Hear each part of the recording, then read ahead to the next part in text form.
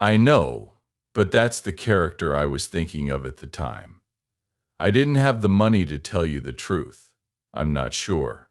It's not good for me. I'd rather be on the other side. John Edward G. Robinson.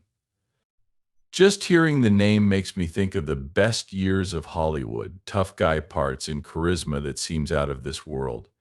He played guys who always had the upper hand in movies, but he lost almost everything in real life. His son, his money, and even his honor.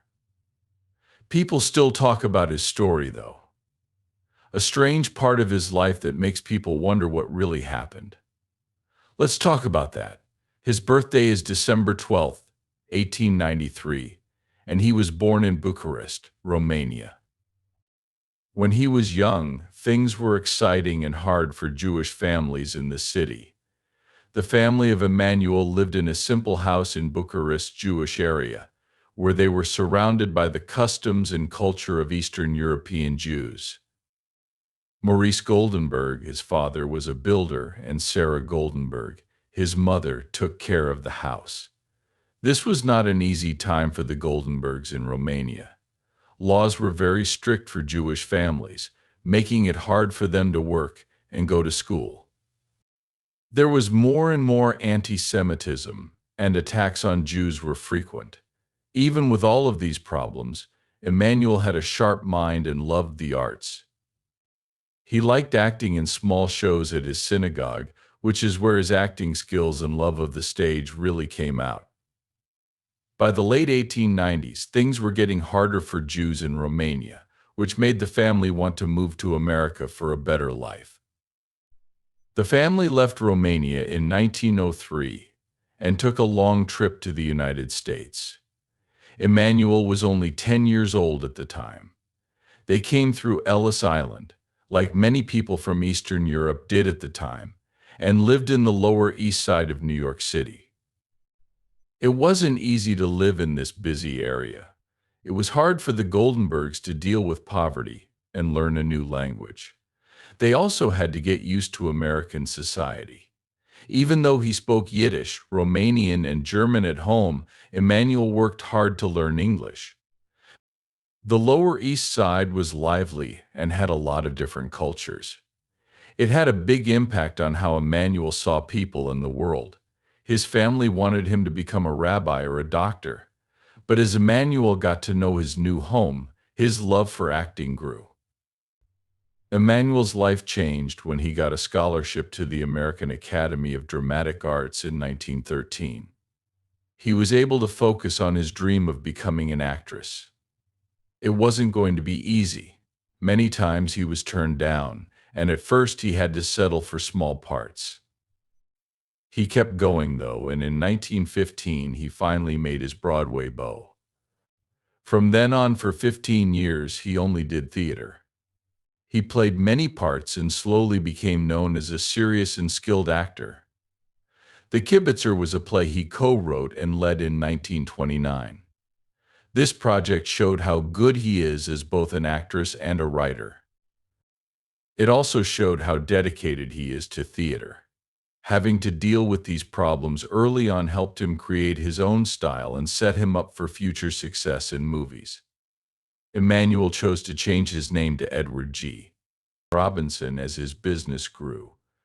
This choice wasn't just about getting a new name, it was about giving the stage and screen a new look. The G in his new name was a nod to his old last name, Goldenberg, and it also made it easier for people to remember his stage name. This change was the beginning of a new part of his life and work. In 1931, Edward G. Robinson became a Hollywood star with his memorable role in Little Caesar. People really liked the movie, which came out during the Great Depression. Robinson became a legend in Hollywood history with his powerful performance and famous last line, "Mother of Mercy. Is this the end of Rico?" Robinson's charm and presence drew people in, even though he was only 5 feet 5 inches tall and didn't have the typical leading man looks. He wasn't sure if he could pull off dominating scenes, but he used his height to his advantage by stretching to look taller and giving his act his all. Critics loved him and said that his role as Little Caesar set the standard for how gangsters should be portrayed in the future. As soon as Little Caesar did well, Robinson was cast as every gangster in Hollywood movies. He was in 14 movies between 1930 and 1932, which shows how dedicated he was to his job. His parts often showed how hard it is for immigrants to find their place in America, which hit home for him because he was born in Romania and is Jewish. This made his characters more than just stereotypical bad guys by giving them personality and making them more likable.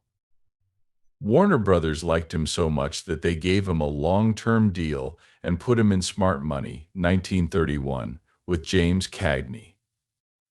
It's strange that that was the only movie the two giants ever worked on together. Robinson was known for playing thieves, but he worked hard to show that he could do a lot more. The Whole Town's Talking, which came out in 1935, had him play two very different roles: a risky gangster and a shy bank clerk. This showed how versatile he was and helped him break out of being stuck in a certain role.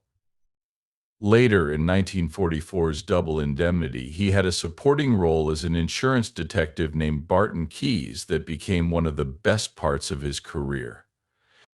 Robinson wasn't excited about taking on a smaller role at first, but he later said it was the right choice and that it was time to move on to bigger parts. But his trip was not at all smooth. Because Robinson fought against fascism during World War II, he became a target. The FBI found communist fronts in 11 of the more than 850 groups he had backed. Even though he had never been a Communist Party member, his ties to the group made people suspicious. Robinson finally appeared in front of HUAC for the last time in April 1952, not because he was asked to, but because he was desperate to clear his name. During this speech, he separated himself from his past associations and named a number of co-workers, such as Albert Maltz, Dalton Trumbo, and others. Robinson made it clear that he was loyal to the United States by saying, "My conscience is clear.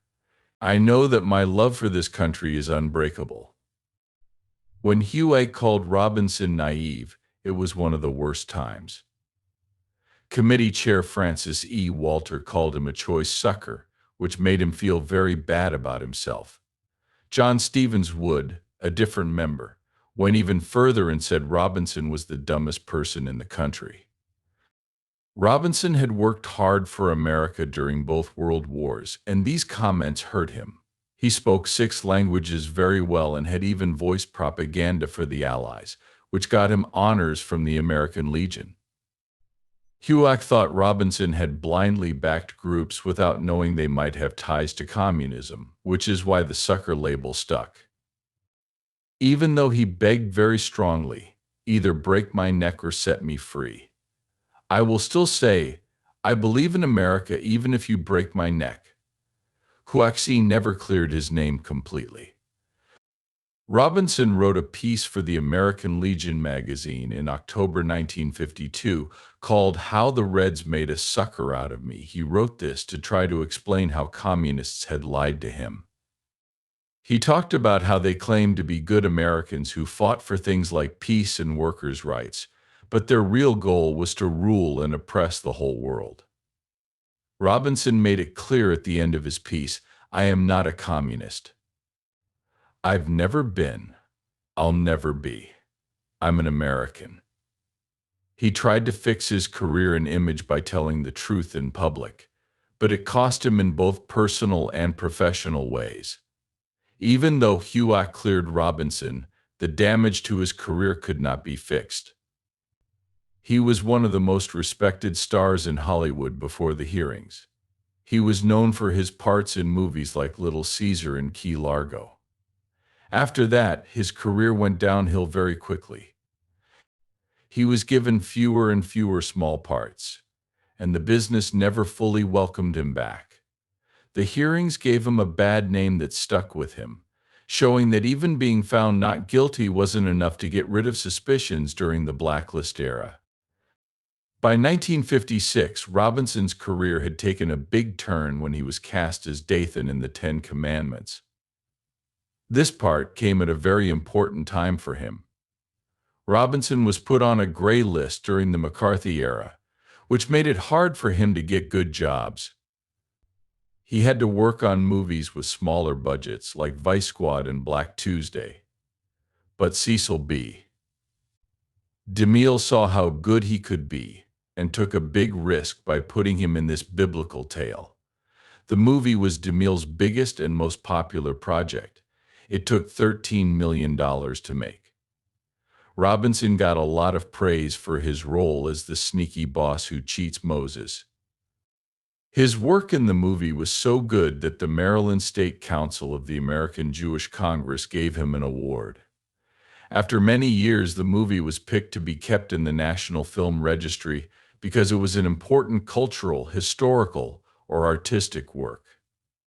If Robinson had been cast as Dr. Zayas in Planet of the Apes in 1968, it would have been another iconic part for him. He did film tests with Charlton Heston, and there is early footage of him in makeup, but the part was hard on his body. Robinson was already having heart problems, so the heavy masks and long hours in the makeup chair made things even worse. He quit the part before filming even started because it was too hot and hard to work in those conditions. Maurice Evans got the part, but Robinson's almost casting is still an interesting what-if moment in Hollywood history. Robinson did amazing things even in his later years, even though he had health problems. He was in a lot of important movies between 1965 and 1973, including The Cincinnati Kid, which he did because Steve McQueen, who had liked him as a child, asked him to. Robinson's performance got great reviews, and his name was in the credits in a big way. In 1969, he won the Screen Actors Guild Award for his lifetime of work, which included his service in World War II. In 1973, he played Saul Roth in the dystopian thriller Soylent Green, which was his last movie part. Robinson was secretly fighting cancer that would kill him at the time, but he didn't tell anyone on set. The movie would be his 101st and last. It takes place in a sad 2022 world where there isn't enough food and the environment is breaking down. In the story, Robinson's character, Saul Roth, chooses suicide by the government, which is a disturbingly similar choice to Robinson's own. Filming took place in late 1972, and even though Robinson's health was getting worse, he brought knowledge and weariness to the part, which were traits that reflected his own life in his last days. Robinson worked very hard on Soylent Green and was very professional. In the words of his co-star Charlton Heston, Robinson never missed work and even showed signs of the pain he was in.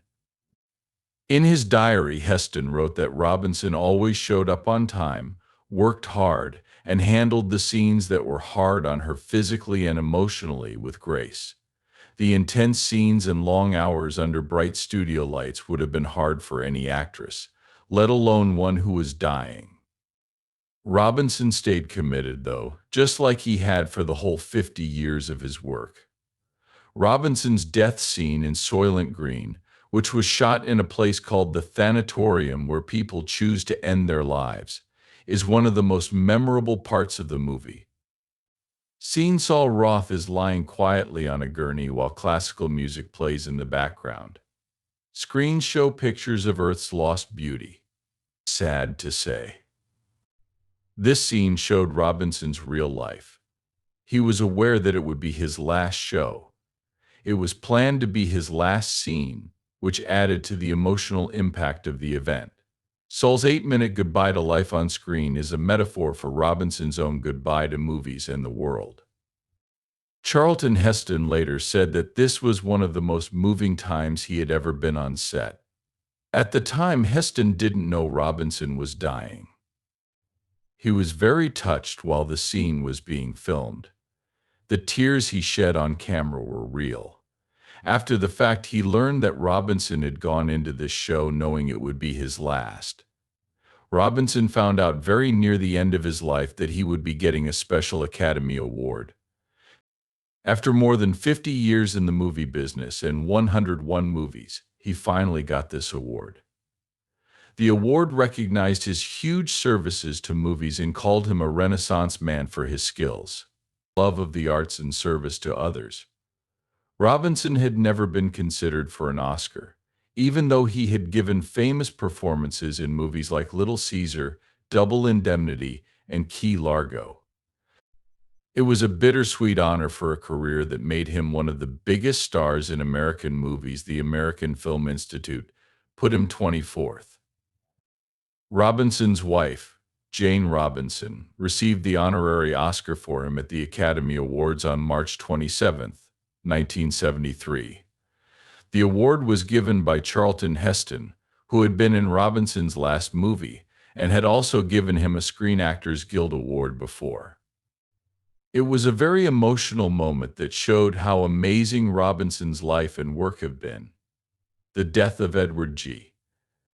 Robinson was one of the most important and well-known funerals in Hollywood history on January 26, 1973.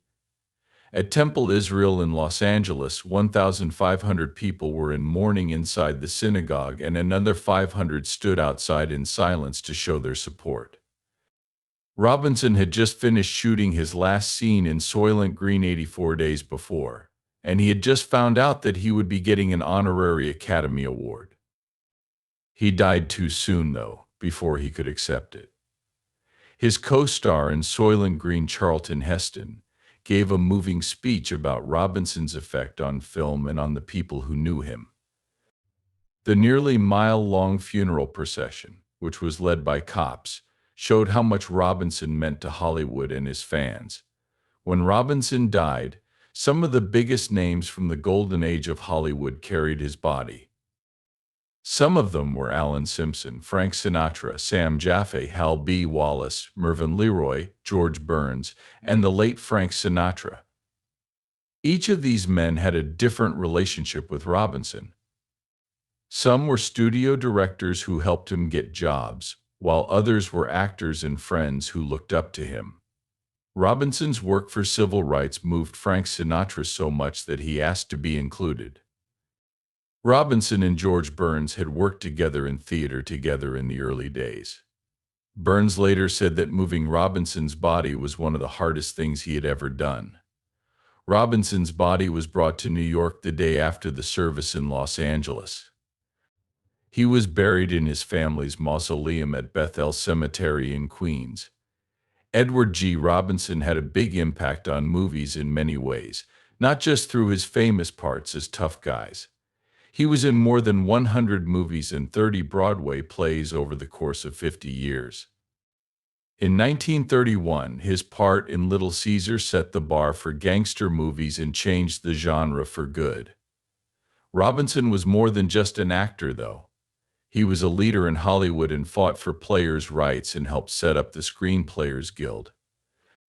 During World War II, he was the first movie star to perform for the USO in Normandy and gave $100,000 himself. A lot of money at the time to help win the war. Robinson was also good at languages, so he was able to send messages to countries controlled by the Nazis in 6 different languages. Robinson's personal life was centered around 2 important marriages, each with its own problems and meanings. He married opera singer Gladys Lloyd Cassell for the first time in 1927. They had a son named Edward G. together and were married for almost 30 years. Robinson Jr., who was born in 1933 and is known as Manny. But in 1956, they got a painful divorce, which ended their romance. He married Jane Bodenheimer, who was better known by her work name Jane Arden, 2 years later, in 1958. They stayed together until Robinson's death in 1973. This marriage made their lives more stable. Robinson had a very hard time getting along with his son Manny. When Manny was 19, he ran away to Tijuana with his first wife. Robinson was so mad that he threw his son out of the house. Manny's life was always in the news because of all the drama. He had a lot of problems in his personal life, and his father's more polished and structured way of life often made him angry. They had an even more difficult time in 1968 when a judge said Manny was the father of a girl named Sean. Lucille Cassell gave birth to him in 1966. He had been married 3 times and had 2 kids by the time Robinson died. Sad to say, Manny's life ended in 1974, just 1 year after his father died. Robinson played tough guys on TV and in movies, but he also loved art and collected it very much. Over many years, he put together an amazing private collection that people all over Hollywood respected. Some of the worst times in his life were linked to his love of art. During the 1950s, Robinson went through 2 very hard times. He got divorced and was put on a Hollywood blacklist. As part of the divorce deal in 1956, he had to sell all of his beloved art. It wasn't just money that was lost. In the middle of one of his deepest loves, it hit him. His success was also slowing down because of the political unrest in Hollywood at the same time. During this time, Robinson had both career setbacks and the emotional pain of losing something he had worked hard to build for years.